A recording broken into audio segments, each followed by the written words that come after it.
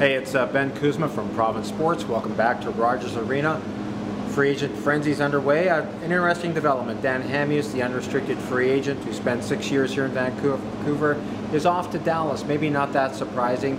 Dan Hamhuis gets a 2-year deal at $7.5 million. If you think of the deal that Kevin Bieksa got leaving Vancouver 2 years at $8 million, it's quite similar.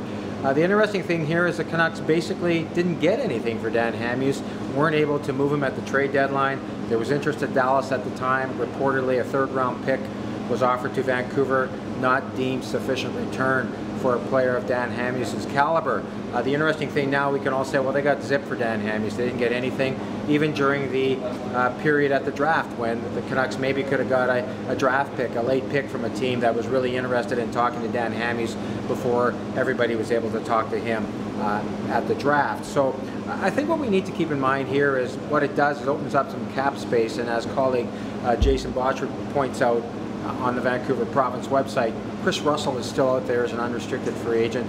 He's younger, he's cheaper at $2.6 million on his expiring contract. Does the Dan Hamhuis exit and the cap space that opens up, does that mean Chris Russell might be in play? Or, as Jim Benning has said countless times, he wants to add 2 free agent forwards. So interesting to see how it plays out the rest of this weekend. Ben Kuzma reporting from Rogers Arena.